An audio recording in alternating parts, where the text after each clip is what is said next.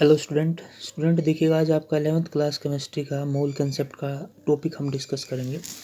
काफ़ी important topic है मोल concept, ध्यान से समझिएगा। अपना कॉपी पेन अपने साथ लेकर रखिएगा और साथ साथ नोट करते रहिएगा। स्टूडेंट देखिएगा, मोल आप जानते सभी, हमारे पास एसआई अमाउंट ऑफ सब्सटेंस को मेज़र करने का जो एक मेथड है वो हमारे पास मोल में ही 1 मोल में ही हम किसी भी अमाउंट ऑफ सब्सटेंस को मेज़र करते हैं।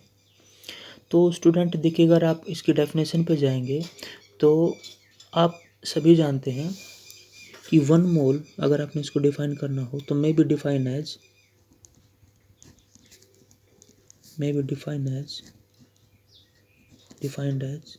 The amount of substance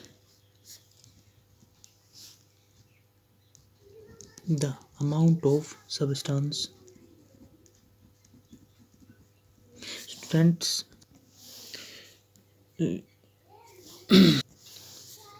which contain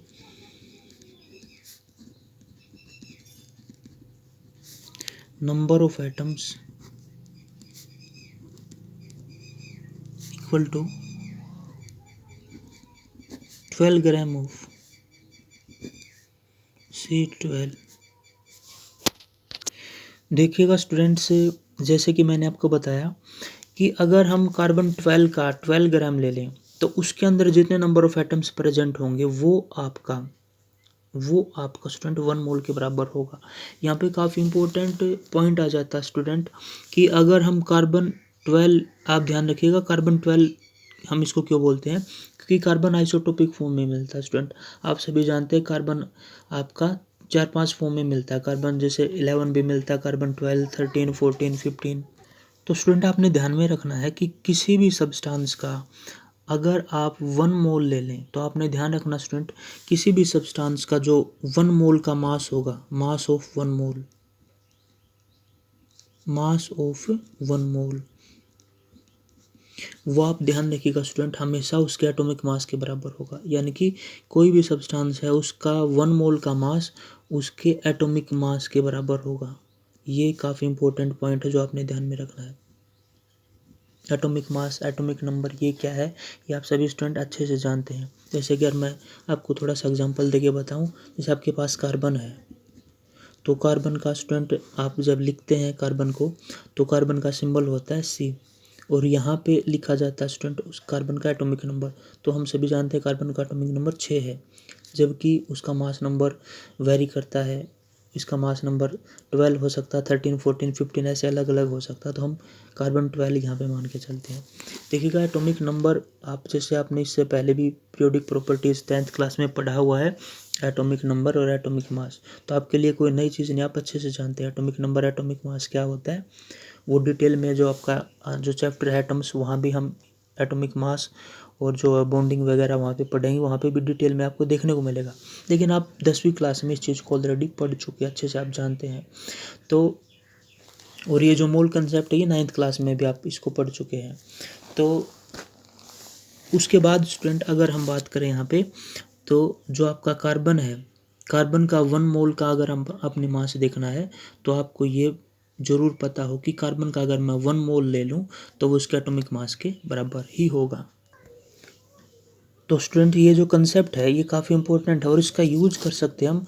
कोई भी हमारे पास एटम हो, कोई भी एटम हो, पूछ ले कि बताइए कार्बन का एक एटम हो उसका मास कितना होगा।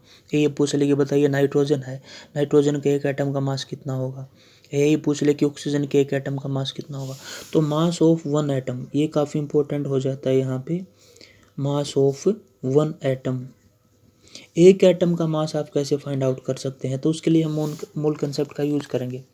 मान लीजिएगा जैसे इसने यहीं से पूछ लिया हमसे कि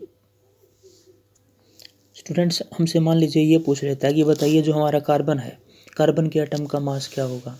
क्वेश्चन बड़ा इंपॉर्टेंट है कि what will be the mass of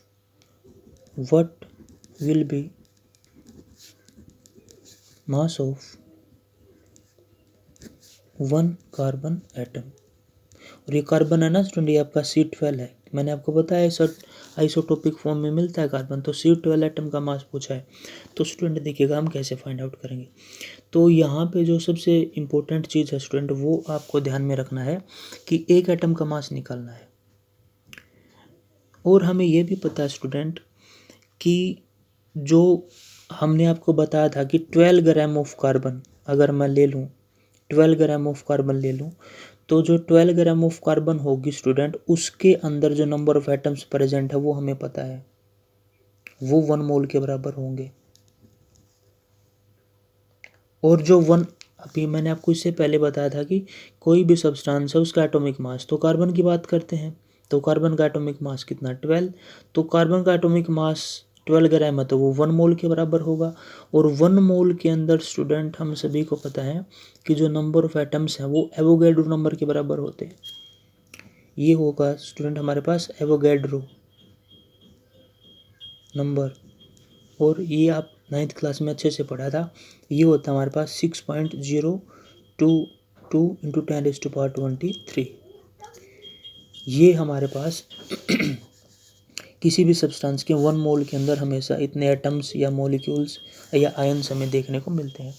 तो 1 मोल अगर आयन्स पूछे तो यहाँ पर आयन्स हो जाएंगे, एटम्स पूछे तो एटम्स है, मॉलिक्यूल्स पूछे तो मॉलिक्यूल्स है। ये अपने ध्यान में रखना है स्टूडेंट। एक बार फिर से इम्पोर्टेंट बात है, कोई भी सब्सटेंस है उसका जो एटॉमिक मास होगा, हर एक एलिमेंट का atomic number, atomic mass periodic table में दिया हुआ है, वहाँ से आप देख सकते हैं। तो कोई भी एलिमेंट है उसका जो एटॉमिक मास होगा वही उस सब्सटेंस के 1 मोल के बराबर होगा, और 1 मोल के जो होगा वो फर्दर आपका एवोगैड्रो नंबर के बराबर होगा। यानी कि हम बोल सकते हैं कि अगर मैं कार्बन के 6.02322 इंटू 10⁻23 इतने एटम्स ले लूँ कार्बन के, तो कार्बन के अगर मैंने इतने एटम्स लिए तो उसका मास स्टूडेंट मुझे पता है वो 12 ग्राम है। ओके स्टूडेंट, तो आप अब आसानी से समझ गए कि इतने एटम्स का मास तो 12 ग्राम है, तो 1 एटम का मास तो आप आसानी से निकाल सकते हैं। तो स्टूडेंट देखिएगा यहाँ पे इम्पोर्टेंट चीज़ थी, आपने ये समझना था कि 1 मोल किसके बराबर है। 1 मोल कोई भी एटम है उसके एटॉमिक मास के बराबर होगा, और वो फर्दर एवोगैड्रो नंबर के बराबर होगा, और एवोगैड्रो नंबर हमेशा फिक्स है। तो आपने यहाँ से देखा कि कार्बन का अगर मैं 12 ग्राम ले लूँ तो उसके अंदर इतने एटम्स होंगे, यानी कि अगर मैं कार्बन के इतने एटम्स ले लूँ तो उसका मास कितना होगा 12 ग्राम। और अगर मैं मान लीजिए कार्बन का एक एटम ले लूँ तो एक एटम का मास कितना हो जाएगा स्टूडेंट, आप आसानी से फाइंड आउट कर सकते हैं। 12 डिवाइडेड बाई 6.022 इंटू 10⁻23। अब देखिएगा स्टूडेंट इसको सोल्व कैसे करेंगे। इसको सोल्व करना बड़ा ही आसान है। क्या करेंगे हम, 12 डिवाइडेड बाई यहाँ पे 6.0 है, तो देखिएगा इस डेसिमल की जो जीरो होंगे इस डेसिमल को हटा देंगे, और इसकी जो जीरो उनको ऊपर ले जाएंगे। तो आप कैलकुलेशन करेंगे तो डेसिमल हटाया तो 3 के बाद डेसिमल था, तो उसका मतलब 3 जीरो ऊपर जाएंगी, इंटू 10⁻23 यहाँ पे प्लस था, ऊपर जाके ये हो जाएगा -23।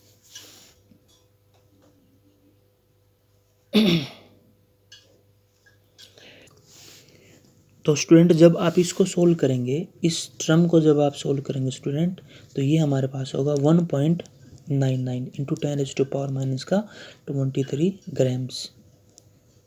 तो देखिएगा स्टूडेंट ये हमारे पास आपका अगर एक कार्बन एटम है ना, एक कार्बन एटम, तो उसका हमारे पास मास होगा 1.99 इंटू 10⁻⁻23 ग्राम्स। स्टूडेंट इसी तरीके से अगर आपने कोई और दूसरा एलिमेंट है, जैसे मान लीजिए उसने आपसे नाइट्रोजन का पूछ लिया या उसने आपका ऑक्सीजन से पूछ लिया, तो सिंपल सी बात है स्टूडेंट, आपको सिर्फ इतना करना है कि आपको जिस भी एलिमेंट का पूछता है तो आपको उस एलिमेंट का एटॉमिक नंबर, एटॉमिक मास पता हो। आप सभी जानते हैं, जैसे मान लीजिए उसने पूछ लिया कि ऑक्सीजन का बताइए, उसने पूछ लिया कि हमारे पास 1 एटम है ऑक्सीजन का, इसका मास बताइए कितना होगा। तो वही हम करेंगे, सबसे पहले हम लिखेंगे एटॉमिक मास, उस एलिमेंट का एटॉमिक मास कितना है, डिवाइडेड बाई आपके पास जो है एवोगैड्रो नंबर है। एवोगैड्रो, एवी का मतलब एवोगैड्रो नंबर। तो सिंपल सी बात है, एटॉमिक मास ऑक्सीजन का कितना होगा हम सभी जानते हैं। ऑक्सीजन का एटॉमिक नंबर होगा 8 और उसका एटॉमिक मास होगा 16। तो 16 डिवाइडेड बाई 6.022 इंटू 10⁻⁻23। इसी तरीके से इसको भी सोल्व कर लेंगे हम और इसका आंसर हम फाइंड आउट कर सकते हैं। तो स्टूडेंट यहाँ पे जो सबसे बड़ा बेनिफिट हमें यहाँ पे आपका जो मोल कंसेप्ट है उससे ये देखने को मिलता है स्टूडेंट कि हम किसी भी एलिमेंट के एटम का जो मास वो आसानी से यहाँ पे फाइंड आउट कर सकते हैं। तो स्टूडेंट आई होप आपको ये जो लेक्चर आज का समझ में आया होगा। अगर कोई भी टॉपिक हो तो आप कमेंट सेक्शन में कमेंट करके अपने डाउट पूछ सकते हैं। स्टूडेंट इसको साथ साथ राइट ज़रूर करें, कमेंट बॉक्स में अपने डाउट्स को कमेंट करें। आने वाले जो टॉपिक्स होंगे स्टूडेंट उसके मूल कंसेप्ट को और फर्दर न्यूमेरिकल्स करेंगे और जो आने वाले टॉपिक हैं उनको हम यहाँ पे डिस्कस करेंगे। तो स्टूडेंट आई होप आप सभी को समझ में आया हुआ होगा। अपने चैनल को शेयर करें, सब्सक्राइब करें और वीडियो अगर अच्छा लगे तो लाइक करें और स्टूडेंट सब्सक्राइब ज़रूर करें। अपने डाउट्स कमेंट बॉक्स में कमेंट करके हमें बताएं। Thanks for the watching student.